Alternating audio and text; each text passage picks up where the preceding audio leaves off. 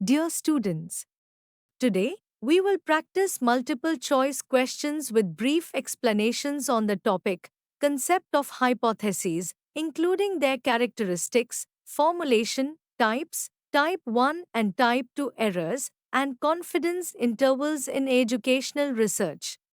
Please watch the entire video as it provides clear and concise explanations for the answers.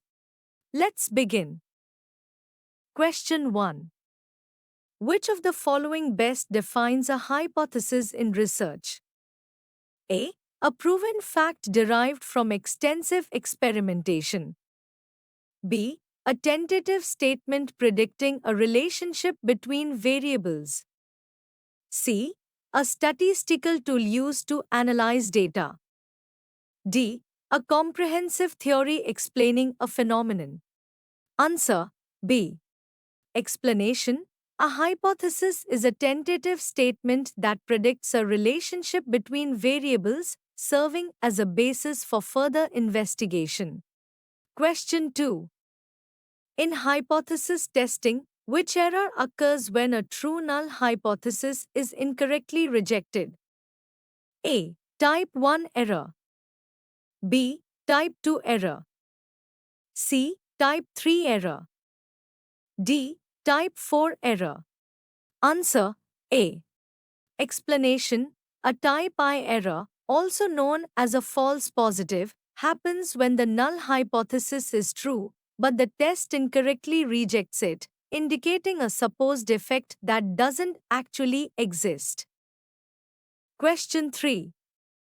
Which of the following is a characteristic of a well-formulated hypothesis in educational research? A. It is vague and open-ended. B. It is not testable or falsifiable. C. It is specific, testable, and states a clear relationship between variables. D. It is based solely on theoretical speculation without empirical grounding. Answer C. Explanation. A well-formulated hypothesis should be clear, specific, and testable, articulating a precise relationship between variables that can be empirically examined. Question 4. In the context of hypothesis testing, what does a p-value represent? A. The probability that the null hypothesis is true. B. The probability of observing data as extreme as the sample data, assuming the null hypothesis is true. C. The probability of making a type 2 error. D. The probability that the alternative hypothesis is true. Answer B. Explanation. The p-value measures the probability of obtaining results as extreme as those observed, under the assumption that the null hypothesis is true. It helps determine the strength of evidence against the null hypothesis. 5. Which of the following statements is true regarding type 2 errors? A. They occur when the null hypothesis is true, and we fail to reject it. B. They occur when the null hypothesis is false, and we fail to reject it. C. They are more serious than type 1 errors in all research contexts. D. They are unrelated to sample size and effect size. Answer B. Explanation. A type 2 error occurs when the null hypothesis is false, but the test fails to reject it, leading to a false negative where a true effect is missed. 6. In hypothesis testing, increasing the sample size generally has what effect on the confidence interval? A. Widens the confidence interval. B. Narrows the confidence interval. C. Has no effect on the confidence interval. D. Makes the confidence interval less reliable. Answer B. Explanation. Larger sample sizes typically result in narrow confidence intervals, as they provide more precise estimates of the population parameter by reducing the standard error. 7. Which type of hypothesis specifies the direction of the expected relationship between variables? A. Null hypothesis. B. Non-directional hypothesis. C. Directional hypothesis. D. Composite hypothesis. Answer: C. Explanation: a directional hypothesis predicts not only the existence of a relationship between variables but also the specific direction of that relationship, example positive or negative. 8. In the formulation of hypotheses, what is an alternative hypothesis? A. A hypothesis that there is no effect or relationship between variables. B. A hypothesis that predicts a specific outcome based on theoretical expectations. C. A hypothesis that contradicts the null hypothesis, indicating the presence of an effect or relationship. D. A hypothesis that cannot be tested empirically. Answer: C. Explanation: the alternative hypothesis posits that there is a significant effect or relationship between variables, serving as the counterpart to the null hypothesis. 9. Which of the following best describes a type 2 error in hypothesis testing? A. Rejecting a true null hypothesis. B. Failing to reject a false null hypothesis. C. Rejecting a false null hypothesis. D. Failing to reject a true null hypothesis. Answer: B. Explanation: a type 2 error occurs when the null hypothesis is false, but the test fails to reject it, leading to a false negative conclusion. 10. In hypothesis testing, what is the power of a test? A. The probability of rejecting a true null hypothesis. B. The probability of failing to reject a true null hypothesis. C. The probability of rejecting a false null hypothesis. D. The probability of failing to reject a false null hypothesis. Answer: C. Explanation: the power of a test is the probability that it correctly rejects a false null hypothesis, thereby avoiding a type 2 error. 11. What is the primary purpose of conducting a hypothesis test in educational research? A. To prove the null hypothesis is true. B. To estimate population parameters. C. To determine if there is enough evidence to reject the null hypothesis in favor of the alternative hypothesis. D.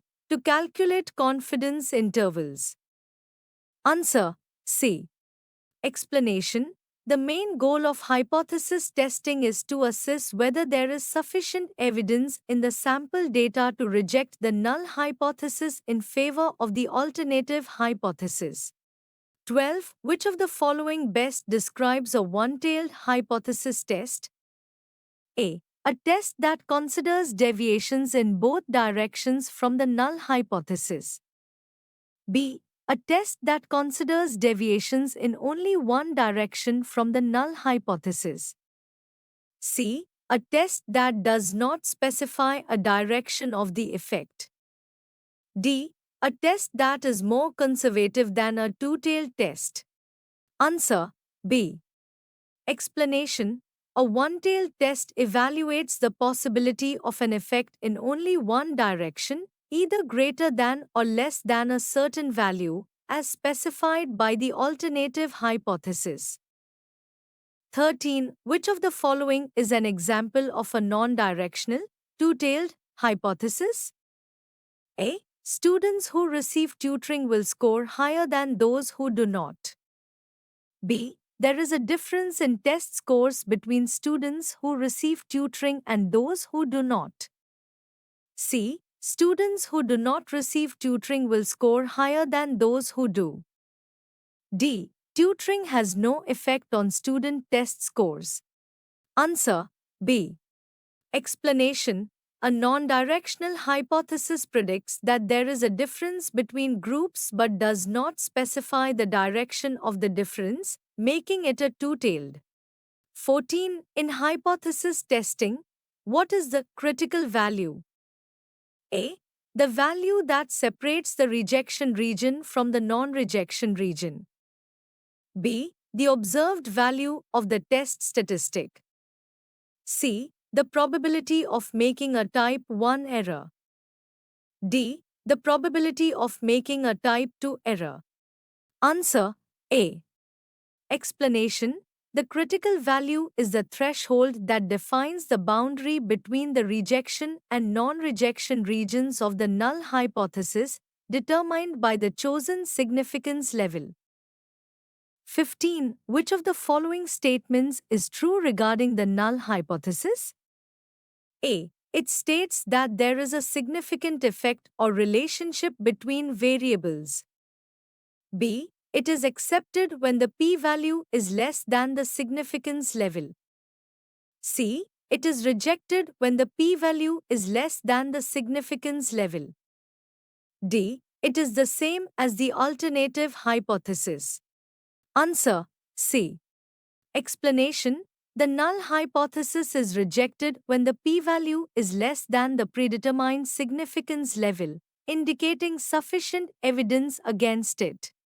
16. The process of defining variables in practical, measurable terms is called A. Conceptualization, B. Operationalization, C. Theorization, D. Generalization.